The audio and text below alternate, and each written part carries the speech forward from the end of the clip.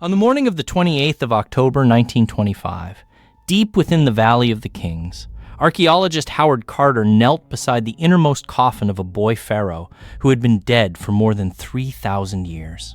3 years earlier, in November 1922, Carter and his patron Lord Carnarvon had broken through a sealed doorway into KV-62, then spent years cataloging chamber after chamber of gilded shrines and painted chests before finally reaching the burial itself. Now, alone with the innermost coffin, Carter's hands, steadied by years of careful excavation, lifted a solid gold mask weighing 10.23 kilograms from the wrapped head and shoulders of the mummy inside. The face that emerged, serene, youthful, rimmed in lapis blue glass stripes across the Nem's headdress, eyes inlaid with obsidian and quartz, became, within months of photographs reaching the world's newspapers, the single most recognizable object to survive from ancient Egypt. Tutankhamun, a minor king who had reigned for perhaps 9 years and been erased from later official king lists, was suddenly immortal, his face reproduced on magazine covers, museum posters, and postcards across the globe. But Carter's excavation notes, and the decades of scholarship that followed, focused almost entirely on that face. Few looked closely at what had been engraved on the mask's reverse. Running down the back and across both shoulders, a spell from the Book of the Dead had been chased into the gold in careful hieroglyphic columns, protective text meant to guide the king's spirit safely through the afterlife. Positioned within that spell were 2 cartouches carrying Tutankhamun's throne name and birth name. For nearly 80 years after Carter's discovery, those back panel inscriptions drew little scrutiny, photographed, cataloged, occasionally quoted, but never subjected to the kind of close visual examination that later technology would make possible. It would take high-resolution imaging, X-ray fluorescence scanning, and a very public accident with the mask's beard to finally turn scholarly attention to what lay beneath the surface of the gold, and to raise a question Carter himself never thought to ask: was this face carved for Tutankhamun at all, or for someone else entirely? Tutankhamun died around 1323 BCE, most physical evidence placing him between 17 and 19 years old, his body showing a healed leg fracture, malaria parasites, and a clubbed foot that likely required him to walk with a cane.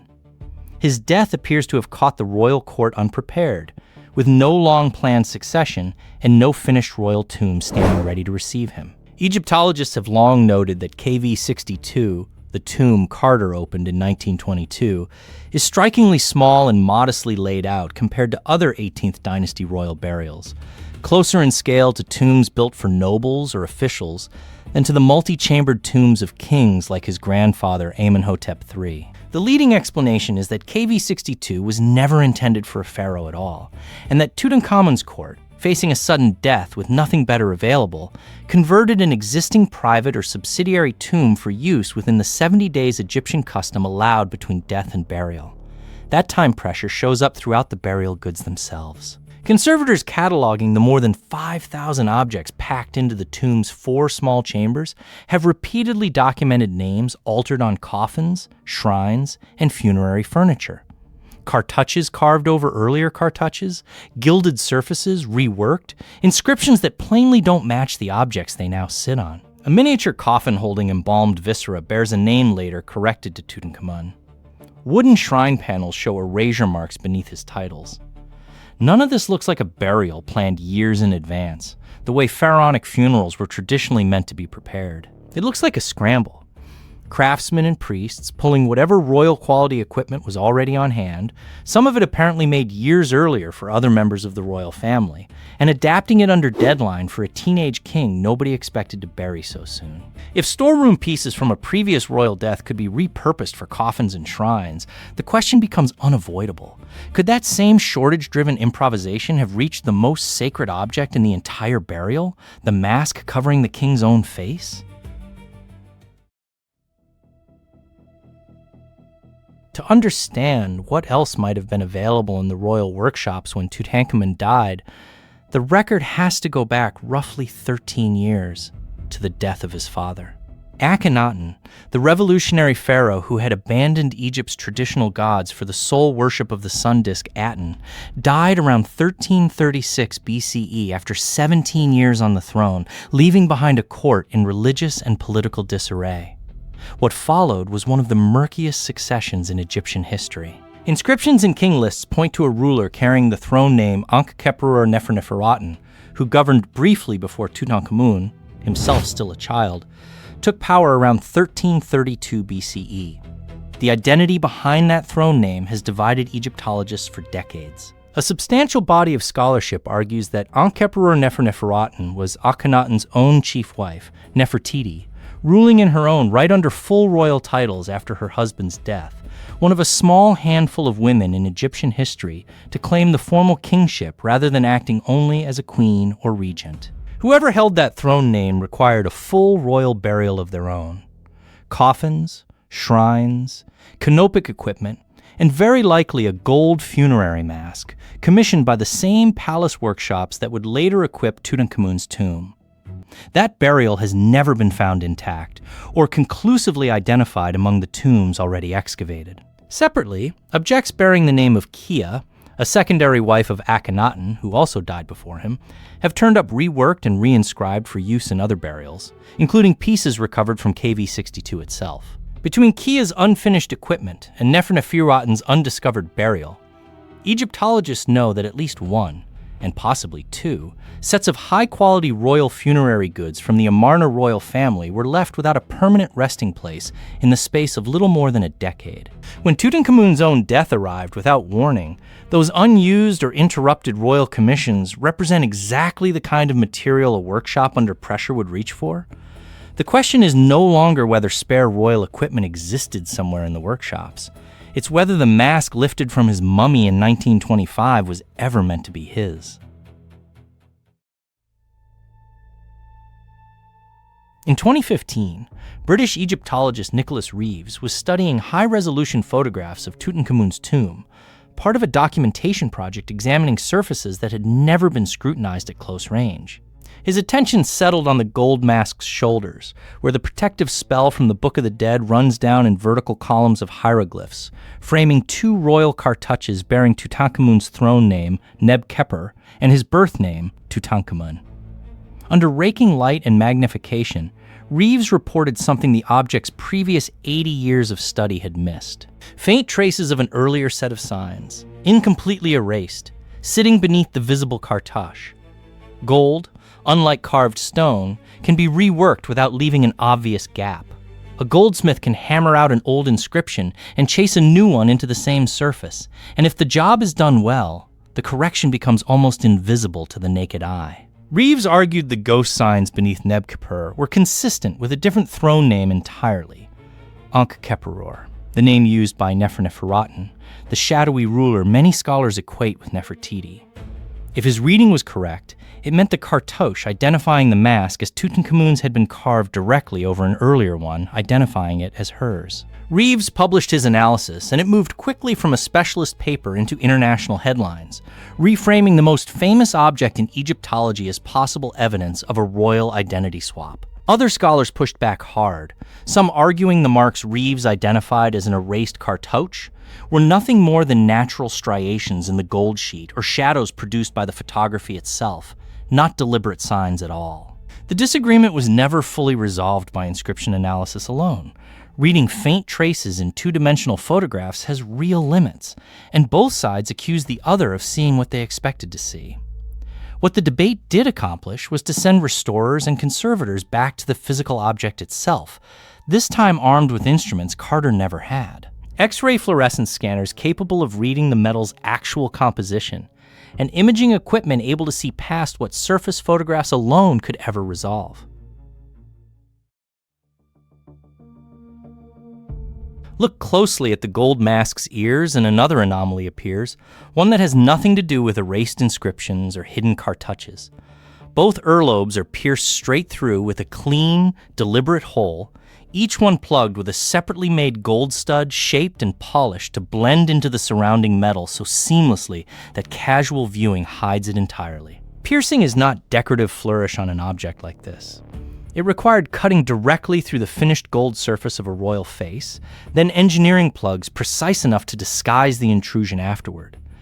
Egyptologists studying Amarna period art, the distinctive style that flourished under Akhenaten and carried into the reigns that followed him, have documented a consistent pattern. Pierced ears appear constantly on images of royal children, princesses, and secondary queens, worn as an everyday ornament of youth and femininity, but they essentially never appear on the official, formal image of a reigning king. Royal statuary and funerary equipment made explicitly to represent a pharaoh in his kingly role shows unpierced, idealized ears, part of the visual language separating a living god-king from everyone else in his court, including his own children. That convention makes the mask's pierced ears difficult to explain if the face was designed from the outset to represent Tutankhamun as king. It fits far more naturally with a face modeled for someone younger, or someone whose royal image drew on the softer, more personal register reserved for princesses and queens. Precisely the category that included Kia, and potentially Neferneferuaten herself, before her elevation to full kingship. Combined with the erased cartouche traced beneath Tutankhamun's own name, and the funerary equipment already known to have been recycled across Akhenaten's fractured succession, the ears push the same question from yet another angle.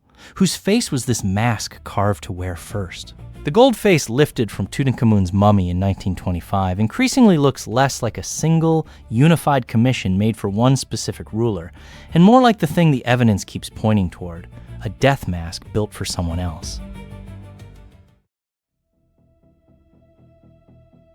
Lift the gold death mask under raking light, and the face refuses to sit flush with the headdress behind it. A seam runs where Tutankhamun's skin meets the blue and gold stripes of the Nems cloth, a join no single hammered sheet should show. Ancient Egyptian goldsmiths worked repousse from one ingot whenever possible, raising a royal face and its crown as a continuous surface specifically to hide breaks like this one. Here the break is visible once you know where to look, a hairline fracture in the gold running from ear to ear across the brow line. In 2015, the Madrid-based restoration studio Factum Arte examined that seam as part of a wider digitization project on Tutankhamun's tomb. Their high-resolution scans, feeding into research later published by Egyptologist Nicholas Reeves, mapped the join in a level of detail no photograph from Howard Carter's 1925 excavation could match. What the scans showed was not damage or later wear. It was construction. Two elements, a face and a headdress, produced as separate objects at separate times and physically fused into one mask before burial. That distinction carries weight. A repaired crack tells you gold failed and was mended after the fact. A deliberate seam between two independently made pieces tells you the mask began life as two different commissions, joined by design rather than accident. For Reeves, already reading a ghost cartouche beneath the mask's shoulder inscriptions, the seam supplied something the erased hieroglyphs alone could not. Physical, structural proof that the object in front of him had been assembled, not conceived and hammered whole from a single sheet of royal gold. Carter's team photographed the mask extensively in 1925, but never flagged the join. And for 90 years, no conservator had reason to examine gold thickness and continuity the way Factum Arte's imaging now allowed. The seam alone couldn't say whose face the mask had first been built to represent, but it reframed the entire object. Not one royal likeness, but at least two pieces of workshop gold pressed into a single funerary image. The next question was whether the metal itself would confirm it, and in October 2015, a handheld instrument was about to test that seam atom by atom. The seam Factum Arte photographed was a construction clue. What the mask was made of would settle the question harder. In 2015, German conservator Christian Eckmann, leading the mask's restoration for Egypt's Ministry of Antiquities, worked alongside conservator Katja Broschat to run portable X-ray fluorescence scans across the gold surface, section by section. XRF bombards metal with X-rays and reads the elements that bounce back, building a precise fingerprint of an alloy's gold, silver, and copper content without cutting a single fragment from the object. On a 3300-year-old royal mask, that non-destructive detail mattered as much as the data itself. Ekman and Brochat's instrument found something the naked eye could never have caught. The faceplate carried a measurably different alloy signature than the striped headdress surrounding it, and the broad collar at the shoulders differed again from both. Ancient Egyptian goldsmiths did not draw random ingots from a shared pile. Royal workshops mixed and cast gold in controlled batches, so alloy composition tracked production runs the way a batch number tracks a modern manufacturing lot. Matching alloys point to one workshop, one commission, one span of time. Mismatched alloys point to separate manufacture, pieces made under different orders, possibly years apart, later brought together. That was exactly the pattern the XRF survey returned. Face, headdress, and collar were not poured from the same gold. This did not by itself identify whose face the mask first depicted, and Ekman's team stopped short of declaring the object a composite forgery or a deliberate deception. But it converted Reeves's epigraphic theory and Factum Arte's visible seam into something harder to dismiss. A second, independent line of evidence, this time chemical rather than visual or textual, all pointing toward assembly rather than single manufacture. 3 separate methods, 3 separate research teams, one converging picture of a mask built in stages. The scans could not run themselves, though. They required the mask off its case, under direct instrument contact, at a level of access Egyptian authorities rarely granted for an object this fragile and this famous. That access was about to arrive by accident, through a mistake nobody in Cairo wanted.